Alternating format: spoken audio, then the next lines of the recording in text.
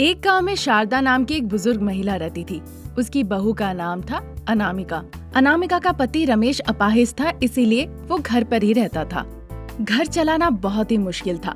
इधर शारदा अपनी बहू अनामिका को बहुत परेशान करती थी। अनामिका घर का काम काज करती थी, उनके लिए खाना ले आती थी, फिर भी वो उसे बहुत परेशान करती थी। तभी एक दिन शारदा अनामिका से कहती है, अरे अनामिका, तुम कहाँ हो? दिन ब दिन तुम्हारा अहंकार बढ़ते ही जा रहा है। तुम्हें क्या लगता है कोई नहीं पूछेगा? आप ऐसा क्यों कह रही है सासू माँ? मैंने आपको कब ना कहा, बताइए आप। अपनी ये मीठी बातें बंद रखो। देखो वो भूखा है बेचारा, खाने के लिए तड़प रहा है और कब से तुम उसे खाना नहीं दे रही हो। पति का ठीक से देखभाल भी नहीं करती। अब मैं क्या करूँ सासू माँ, 2 दिनों से मैंने भी कुछ खाना नहीं खाया है। जो भी मंदिर से मैं प्रसाद लेकर आ रही हूँ वो अकेले ही आप सब खा जा रही है। बेचारे, उन्हें भी आप कुछ नहीं दे रही है। तुम क्या कहना चाहती हो? मैं तुम्हें देख के लालची लग रही हूँ? उसे ज्यादा मीठा नहीं खाना है, इसीलिए मैंने उसे खाने नहीं दिया। मुझे लगा तुम मंदिर में ही प्रसाद खा के बचावा ले आई हो, इसीलिए मैंने नहीं दिया। इसमें मेरी क्या गलती है बताओ? पहले तुम देखो किसकी गलती है, उसके बाद आओ तुम मुझसे बात करने के लिए। पहले जाके कुछ भीख मांग के ले आओ और वो खाना लाके उसे खिलाओ। ठीक है सासू माँ, मैं जाके अभी ले आ देती हूँ। अनामिका ऐसा कह के वो अपने घर से थोड़ा दूर जाती है। वहाँ रोड के किनारे उसे एक होटल दिखता है। वो एक ढाबा था। वहाँ की रोटियां बड़ी अच्छी बनती थी। अनामिका होटल के बगल वाले डस्टबिन के पास जाती है। उस डस्टबिन से खाना निकाल के अनामिका उसे घर लेके जाती है। अपने पति को अनामिका खाना खिलाती है और कुछ हिस्सा अपनी वो सासू माँ को भी देती है। उसके बाद बचा कुचा रोटी वो खाती है। जब से रोटी का एक निवाला अनामिका मुंह में लेती है, तब से वो मनी मन सोचने लगती है। उसके दूसरे दिन ही अनामिका ढाबा के मालिक रविंद्र के पास जाती है। साहब, आप इन रोटियों को कैसे बनाते हैं? देखो, रोटियां कैसे बनती है मैं बता नहीं सकता हूँ, पर कैसे बनता है ये यहाँ पर तुम सीख सकती हो। यहाँ काम करोगी? हाँ, मैं काम करूँगी। आप मुझे पैसे देंगे ना? तुमने कहा सीखना है, इसीलिए मैं पैसे नहीं दूंगा, पर हर दिन मैं तुम्हें 5 रोटियां खाने दूंगा। बाद में कैसे काम करना है सिखाऊंगा। जब तुम काम सीख जाओगी तो पैसे दूंगा, ठीक है ना? अनामिका को कोई दूसरा उपाय नहीं दिखा, पर रविंद्र ने जो कहा काम की बातें वो याद ना रख के उसे घर ले जाने के लिए 5 रोटियां मिलेगी, ये बात उसे याद रही। इसलिए वो उसकी बातों पर तैयार हो जाती है। उस दिन से कैसे रोटियां बनाई जाती है ये वो सीखने लगती है। उसे तंदूरी रोटी बनाने का अच्छा आइडिया हो जाता है। जब वो पूरी तरह से रोटियां बनाना सीख जाती है, तब वो रविंद्र के पास जाती है। मालिक, मैं रोटियां बनाना सीख गई हूँ, आप मुझे तनख्वाह दे दीजिए। तुम्हें अहंकार हो गया क्या कि तुम पूरा काम सीख गई हो? कोई संस्कार नहीं है, तुम्हारा कोई भरोसा भी नहीं है। हर दिन तुम रोटियां लेकर जा रही हो, फिर भी तुम्हें इतनी हिम्मत हो गई। मेरा खाना खा के मेरी बिल्ली और मुझे ही म्याऊं। तुम्हें तकलीफ में देखकर सोचा कि तुम्हें काम पे रख लूं, पर तुम मेरी सामने आवाज उठा रही हो। अरे ऐसा नहीं बाबू, मुझे पता है रोटियां कैसे बनती है। आपने कहा कि यहाँ रोटियां बनाना सीखोगी तो मैं तुम्हें पैसे दूंगा, इसीलिए जब मैंने रोटी बनाना सीख गया तो कहा, इसमें मेरी क्या गलती? बहुत हो गया, अब यहाँ से तुम जाओ। तुम्हें यहाँ पे काम करने की जरूरत नहीं है। अभी के अभी निकलो, अगर इस इलाके में भी तुम्हें देखा तो पुलिस बुलाऊंगा। रविंद्र की ऐसी बातें सुन के अनामिका रोते रोते घर लौटती है।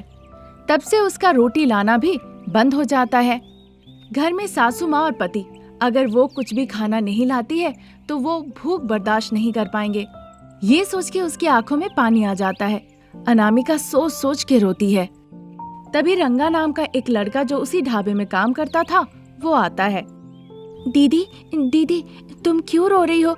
इस तरह से मत रो दीदी। हमारे मालिक अच्छे नहीं हैं, वो सोचते हैं कि हम फ्री में ही उनके यहाँ काम करें। वो पैसे देने के लिए मरता है। मैं ये तुम्हें कहना चाहता था कि इनकी बातों पे तुम कतई विश्वास मत करो। अब क्या करोगी दीदी? और क्या करूंगी, अब घर घर जाके भीख मांगने के अलावा मेरे पास कोई और उपाय भी नहीं। अरे दीदी, तुम अगर तंदूरी रोटी बनाती हो तो उसे खाकर कोई भी पागल हो जाएगा। तुम चिंता मत करो दीदी, मैं तुम्हें मदद करूंगा।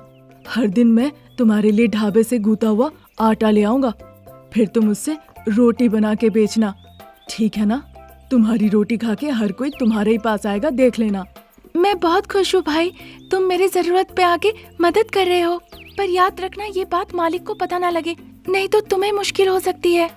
इस तरह से रंगा ढाबे से रोटी बनाने की सारी चीजें ले आकर एक एक करके अनामिका को देने लगता है। उनसे अनामिका रोटियां बनाने लगती है।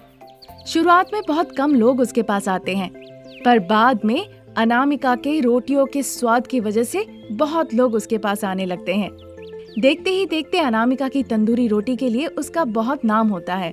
सिर्फ इतना ही नहीं, सारे पड़ोसियां भी अनामिका के स्वादिष्ट रोटियां खाने उसी के पास आने लगते हैं। अब अनामिका सहायता के लिए रंगा को अपने साथ काम पे रख लेती है।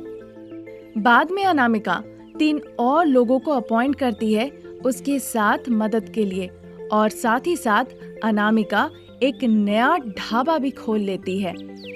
ढाबा सेंटर खोलने के बाद से अनामिका वहाँ पे ढेर सारे पैसे कमाती है। रविंद्र के ढाबा को छोड़ के अब लोग अनामिका के ढाबा पे आने लगते हैं। बहुत ही कम समय में अनामिका का तंदूरी रोटी बहुत फेमस हो जाता है। रविंद्र का ढाबा मक्खी मारने लगता है और अनामिका अपने ढाबा से लाख रुपए कमाने लगती है। उन पैसों से गरीब अनामिका अमीर अनामिका में बदल जाती है।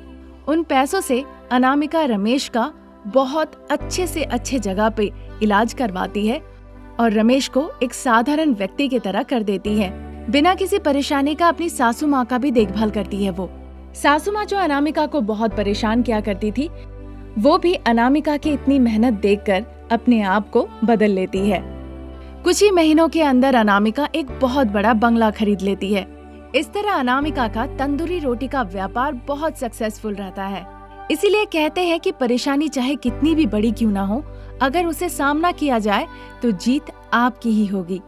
और यहाँ भी आखिरकार खुशियों से जिंदगी भर गई। अनामिका कई जरूरतमंद लोगों को अपने यहाँ काम देकर उन्हें मदद करती है और साथ ही साथ अपने परिवार का भी बहुत अच्छे से ख्याल रखती है। एक गांव में अनामिका नाम की एक महिला रहती थी। वो अनाथ थी। अनामिका कुछ मंत्र विद्या जानती थी। बचपन से ही भीख मांग के वो अपना जीवन बिता रही थी। जो तंत्र विद्या वो जानती थी, उससे थोड़े मोड़े पैसे वो कमा लिया करती थी। बच्चों के हाथों में वो ताबीज बांधती थी। बड़ों के मन से डर भगाने का पूजा पाठ करती थी। ऐसे ही दिन चल रहा था। एक दिन भिक्षा मांगने के लिए वो एक गांव जा रही थी। उस गांव का नाम रामपुर था। रामपुर के सारे घरों में भीख मांगने के बाद गांव के अंत के घर में जाती है जहां शारदा रहती थी। वहां जाकर अनामिका भीख मांगती है। माताजी, कृपया भीख दे दीजिए, कुछ दान कीजिए। घर पे कोई है? कृपया मुझे दान कीजिए, थोड़ी मदद कीजिए। अरे, कोई बाहर क्यों नहीं आ रहा है घर से? लग तो रहा है कि घर के अंदर कोई है। रुको, मैं ही जाके एक बार ताक झांक करके देखती हूँ। ऐसा कहकर अनामिका घर के अंदर जाती है। वहाँ शारदा और रमेश दोनों ने ही जहर पी लिया था। वे जीवन और मृत्यु की स्थिति में थे। उन्हें देखकर अनामिका ने अपने मंत्र विद्या का इस्तेमाल किया ताकि जहर चढ़ ना सके। ये क्या माँ जी, आप लोगों को देख के बड़े परिवार लग रहे हैं। इतना घिनौना काम कैसे कर सकते हैं? और आप कैसे आदमी हैं? आपको समझ में आना चाहिए। अपनी माँ को बचाना चाहिए, उल्टा आप भी जहर खा के पड़े हुए हैं। आप लोगों की दिक्कत क्या है? हमारी परिस्थिति तुम क्या समझोगी? हम मरना चाहते थे, तुमने हमें क्यों बचाया? ऐ लड़की, तुमने जो कहा वो अच्छा नहीं किया। हम मरना चाहते थे, तुमने आके हमें इस तरह क्यों बचाया? छी, आप लोगों की समस्या क्या है? हमारा खेती बाड़ी नष्ट हो गया, कर्जों में हम दोनों डूबे हुए हैं, इसीलिए हम लोग मरना चाहते हैं। ये अच्छी सोच नहीं है। बस चुपचाप 2 दिन इंतजार कीजिए। आपकी परेशानी मेरी परेशानी है। ये क्या कह रही हो तुम? क्या तुम हमारे घर रहने आ रही हो? कैसे तुम हमारी परेशानी ठीक करोगी? मैं हाँ भी नहीं कह सकती और ना भी नहीं कह सकती। मैं गांव जाऊंगी और जल्दी लौट आऊंगी और आप लोगों के लिए वहाँ से खाने के लिए कुछ ले आऊंगी। ऐसा कहकर अनामिका गांव जाके भीख मांग के शारदा रमेश के लिए खाना ले आती है। उसी वक्त उनके घर गांव प्रधान रविंद्र आता है। जब अनामिका गांव गई थी भीख मांगने के लिए। क्या रमेश, कर्ज तो चुका नहीं पा रहे हो, लेकिन अय्याशी कम नहीं हुई। लग रहा है किसी लड़की को लाके घर पे रखे हो। मेरा कर्ज नहीं चुका पा रहे हो और यहाँ औरतों के साथ अय्याशी कर रहे हो। 1 महीने के अंदर कर्ज नहीं चुकाए तो तुम्हारी पूरी जमीन अपने नाम लिखवा लूंगा। अरे महाशय, वो तो भिखारी है, हमें थोड़ा वक्त दीजिए अपना कर्ज चुकाने के लिए। 1 महीने में तो बहुत मुश्किल है। वो सब नहीं जानता शारदा, मुझे अपने उधार चाहिए, नहीं तो मैं बर्दाश्त नहीं करूंगा। रविंद्र की बातें सुन के शारदा रमेश बहुत दुखी हो जाते हैं। दोपहर के वक्त अनामिका वहाँ आती है और वो कुछ खाना ले आती है। जब अनामिका खाना परोस रही थी, रमेश एक पीला धागा ले आके अनामिका के गले में बांध देता है और इस तरह वो अनामिका से शादी कर लेता है। रमेश की माँ भी ये सब देखकर आश्चर्य हो जाती है। अरे रमेश, ये तुमने क्या किया? बहुत हो गया माँ, अनामिका हमारी समस्या का समाधान कर रही है, वो मदद कर रही है। ऐसे में गांव वाले अनामिका के बारे में उल्टी सीधी ना सोचे, इसीलिए मैंने ऐसा किया। अगर तुम्हें ये मंजूर नहीं है अनामिका, तो इस धागे को तोड़ के तुम जा सकती हो। मैं बहुत खुश हूँ। इतने दिनों से ना मेरा कोई घर है, ना कोई परिवार है। मैं अकेले जीवन बिता रही थी। मैं एक एक घर में जाके भीख मांगा करती थी। अब मैं आपकी पत्नी हूँ, मेरा एक परिवार है। पति सास को लेके मेरा एक खूबसूरत जिंदगी है। मैं अपनी खुशी को शब्दों में बयां नहीं कर सकती हूँ। आइए खाना खाते हैं। अनामिका उन दोनों की सेवा करके खुश होती है। शारदा और रमेश खुशी खुशी खाना खाते हैं। रात के वक्त अनामिका अपने पूरे परिवार के साथ बैठ के सोचने लगती है।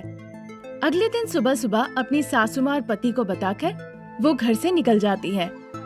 सासू माँ, मैं आखिरकार भीख मांगने के लिए जा रही हूँ, पर इस बार मैं भीख मांगने नहीं जा रही हूँ। ऐसा कुछ करने जा रही हूँ जिसमें अब पूरे परिवार की खुशी हो।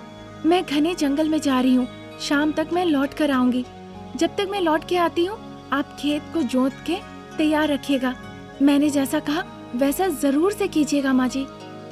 ठीक है बेटा, जैसा कहा वैसा ही करूँगी। अब तुम जाओ। अनामिका के कहे मुताबिक शारदा और रमेश खेत को जोत के रखते हैं। उस दिन अनामिका शाम को लौट आती है। आने के दौरान वो एक पन्नी में अंडे ले आती है। अंडे बहुत ही चमकीले और चमकदार थे। अंडों को जाके वो मिट्टी में दफना देती है। फिर वहाँ से पति और सासू माँ को लेकर वो लौट आती है। ऐसे ही एक हफ्ता निकल जाता है। हर दिन अपनी जादुई छड़ी से अनामिका अपने खेत को बचाती है। रमेश उस खेत में पानी डाला करता था और खेत का देखभाल करता था। अनामिका की हरकतें शारदा के लिए आश्चर्यजनक था। 2 हफ्ते ऐसे ही निकल जाते हैं। एक रात रमेश घर आता है और अनामिका शारदा से कहता है कि रोशनी की रेखाएं उनके खेतों से आ रही थी और पूरा खेत चमक रहा था। आपको पता नहीं आपने कितनी बड़ी खुशखबरी दी है। ये सुन के मेरी खुशी की सीमा नहीं है। क्या अनामिका, क्या हुआ है? हमने सोने की मुर्गी की खेती की थी वहाँ पे। लगता है अब सोने की मुर्गियाँ हमारे खेत में बहुत जल्द नजर आने वाली है। हमें वहाँ जल्दी जाके एक बार देखना चाहिए। अनामिका, शारदा और रमेश तीनों अपने खेत के पास देखने के लिए जाते हैं। वहाँ जाके उनकी आंखें फटी की फटी रह गई। वहाँ के फसल सोने की तरह चमक रहे थे। ये देखकर अनामिका की खुशी 1000 गुना बढ़ गई। खुशी के मारे अनामिका झूमने लगती है। शारदा और रमेश ने भी उन मुर्गियों को देखकर मानो फूले नहीं समाये। उसके बाद उन सोने की मुर्गियों को अनामिका और रमेश जाके बेच के ढेर सारे पैसे कमाते हैं। उन पैसों से वो अपने लिए एक बंगला बनाते हैं। अपने लिए वो तरह तरह के जेवर बनवाते हैं। अपने सारे कर्ज मिटा के वो खुशी खुशी जीवन बिताने लगते हैं। कष्टों में जीवन बिताने वाली अनामिका अपनी बुद्धि और मेहनत से एक अच्छी जिंदगी पा लेती है और पति सासू माँ के साथ खुशी खुशी जीवन बिताती है।